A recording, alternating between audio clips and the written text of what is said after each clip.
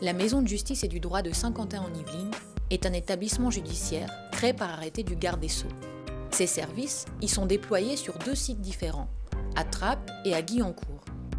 En plus de ses missions d'accès au droit, la Maison de justice et du droit assure la prévention et le traitement de la petite délinquance, développant ainsi une véritable justice de proximité. En 2010, le ministère de la Justice et des Libertés prévoit l'ouverture de 5 maisons de justice et du droit de nouvelle génération, généralisant ainsi le recours aux nouvelles technologies grâce au point visio-public qui permet l'accès à la justice dans les localités les plus éloignées. À Trappes, la greffière nous explique le cœur de l'activité judiciaire de la MJD. L'activité judiciaire de la maison de justice repose en fait sur une action du juge. Chaque usager, chaque justiciable qui est convoqué l'est par l'intermédiaire d'une procédure judiciaire. Dans ce cadre de volet justice, nous avons 2 axes, l'axe civil et l'axe pénal. Il va y avoir au civil le juge des enfants et le conciliateur de justice. Sur l'axe pénal, ça va être sur réquisition d'un juge pénal, donc le juge correctionnel ou le juge des enfants au niveau pénal, ou alors par l'action du procureur de la République pour tout ce qui est justice de proximité alternative aux poursuites. Parmi les nombreux intervenants, conseillers d'insertion et de probation, juges des enfants ou encore éducateurs de la protection judiciaire de la jeunesse, le délégué du procureur de la République joue un rôle clé dans le recours aux alternatives aux poursuites. Nous l'avons suivi lors d'une composition pénale. Monsieur Palan.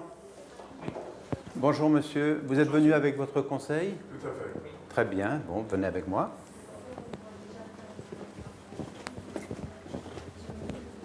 Monsieur Palan, je vous ai demandé de venir à la maison de la justice de Trappes, puisque vous habitez à Rambouillet, pour cette affaire qui s'est passée le 4 mai dans la soirée.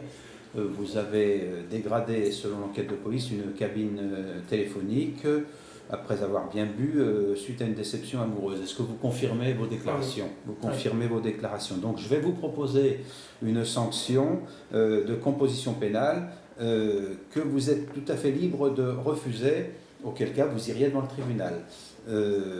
Donc je vais vous proposer une amende de 300 €. Maître Gaffaounien, voulez-vous intervenir?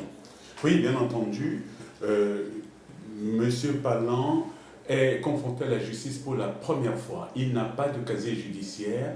Il travaille 1 200 € par mois. Le contexte de l'affaire est très simple.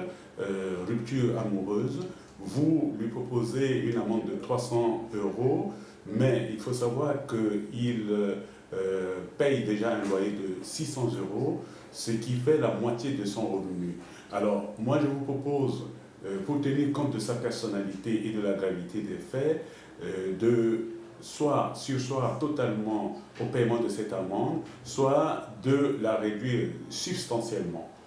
100, 200 €, pourquoi pas. Très bien, merci maître. Non, je ne peux pas accorder de sursis en matière de composition pénale, mais je vous ramène cette amende à 250 €. Est-ce que vous acceptez? Oui, j'accepte. Donc très bien, vous recevrez un courrier à votre domicile qui vous précise les modalités du paiement de cette amende. Voilà, merci beaucoup. En plus de ses missions d'accès au droit, la MJD dite de seconde génération assure la prévention et le traitement de la petite délinquance. Une procédure de composition pénale pour une personne qui a commis un délit. Donc cette composition pénale entre dans le cadre des alternatives aux poursuites. Les alternatives aux poursuites, c'est prendre des décisions de justice plus rapides qui facilitent la vie du justiciable dans la mesure où on se rapproche de lui et au lieu de le déplacer à Versailles, ce qui l'oblige à des trajets plus ou moins longs, à des problèmes de... Nous le faisons venir à la maison de la justice, ce qui est bien évidemment très intéressant tant pour la justice que pour le justiciable. Donc à la maison de justice et du droit de Trappes, donc je reçois des personnes effectivement qui sont condamnées à des mesures alternatives à l'incarcération. Ma mission en fait ici est de prévenir la récidive par un accompagnement social de ces personnes condamnées, et donc j'interviens sur divers volets. D'une part, il y a un volet de contrôle dans mes missions puisque je suis chargé par le juge de l'application des peines de vérifier que les personnes donc, respectent bien les obligations qui leur ont été notifiées par le magistrat. Il y a aussi un volet volet accompagnement social en fonction des difficultés qui ont pu être repérées. Tout cela s'accompagne bien évidemment d'un travail sur le passage à l'acte pour prévenir la récidive. Pour le justiciable, la maison de justice est une juridiction. Je vais m'expliquer. Une juridiction, c'est le lieu où on dit le droit. C'est le lieu où on règle un conflit qui naît.